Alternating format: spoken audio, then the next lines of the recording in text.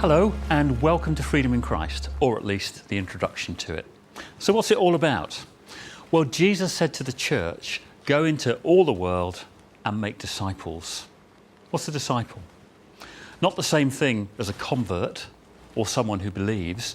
It's someone who is learning continually, and not just head knowledge. It's about getting to know a real person, Jesus, better and better, and seeing the effects of that work out in our lives, at home, at work, everywhere we are, when things are going well and when they're not.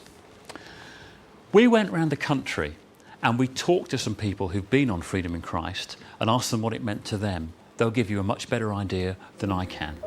Just everything's in colour now. That's the only way I can describe it. Everything is in colour, and I can literally take on anything because I know God is with me.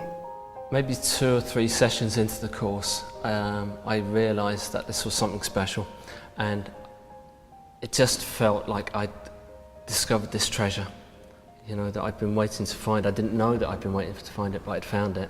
It released me, it brought me out of a really dry place, and it was something precious, and gave me the feeling that I wanted to tell other people about it. When I attended the Freedom in Christ course, I learned that the Lord God loves me unconditionally. And I learned that it's not by works, it was through faith. I came to know that the Lord loves me the way I am because I've accepted Christ. And the Lord loves me unconditionally, not because of what I do, not because of my efforts. And that really helped me very much in my Christian walk, because I realized that there is nothing I can do to add on to my salvation, or there is nothing that I can do that can make God to love me more or love me less. I suppose I would have found it easier to say what you don't do as a Christian rather than the things you do. And I had absolutely no concept of the close relationship and of being filled with the Spirit, of having a father-daughter relationship. So I found in the course that I was free to have an intimacy with God that I'd never experienced or enjoyed before. I initially thought, why would I have to go on another discipleship program? Because I had been on many before. But somewhere and somehow the Lord said to me, this is what I want for you. I want you to go on this course. And I went on the discipleship course, and it's just been an absolute stunning experience, the most fantastic experience of my Christian life. There is nobody that is in too much of a mess, that has done too much dabbling or gone too far into the wrong direction for him to save. You know, if he can set me free, he can set anyone free. Absolutely anyone. My background is running a small business that does kids' fan clubs and newspaper offers. I never planned to be doing this sort of thing. But my life went off in another direction when my church leader asked me to disciple a couple in my church who were new Christians and struggling. I didn't know what to do or how to help, but eventually saw an amazing change in their lives, and along the way in mine too. I'll tell you more about that a little later in the course. Since that time, I've heard so many stories of how people have been impacted by the Freedom in Christ course. I had a church leader the other day tell me how helpful it had been to him personally. I heard of someone in their late 90s who said, I wish someone had told me all this 80 years ago. I've had people who thought there was no hope for them find that there is hope, lots of it. And Freedom in Christ is for absolutely every Christian, new ones, old ones, especially ordinary ones like me. It's not some kind of quick fix. It's about a way of life, learning a way of life based on the truths and principles in the Bible.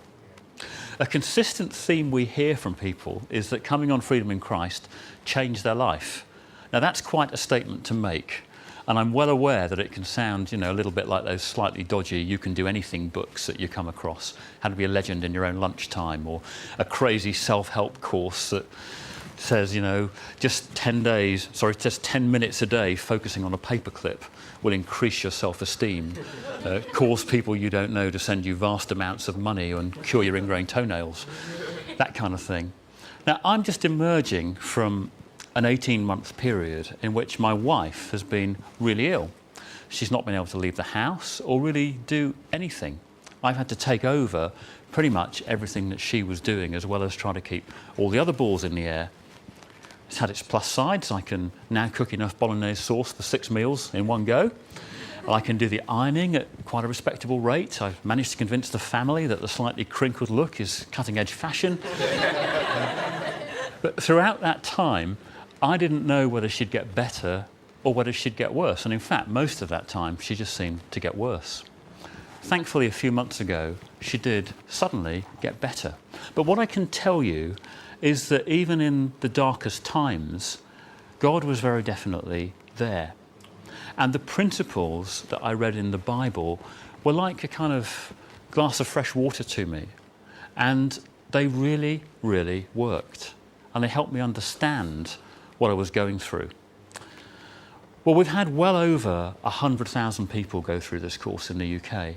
And we've heard so many stories about people's lives changing as they found the same thing. That what's written in the Bible, this book that's 2,000 plus years old, is absolutely dynamite now in the 21st century. And I've seen people give up addictions, I've seen marriages revolutionised, I've seen Christians connect with God's truth in a new way. I have to tell you though that on Freedom in Christ there are no brand new amazing concepts. In fact, to be perfectly honest, there's nothing new in it at all. All we're going to do is look at some truths, some amazing truths, but they have been around for quite a while, a couple of thousand years. There's no great secret about them. But I'm well aware that for some people, the Bible might be a relatively new thing. Maybe you've just become a Christian. Maybe you're still considering it.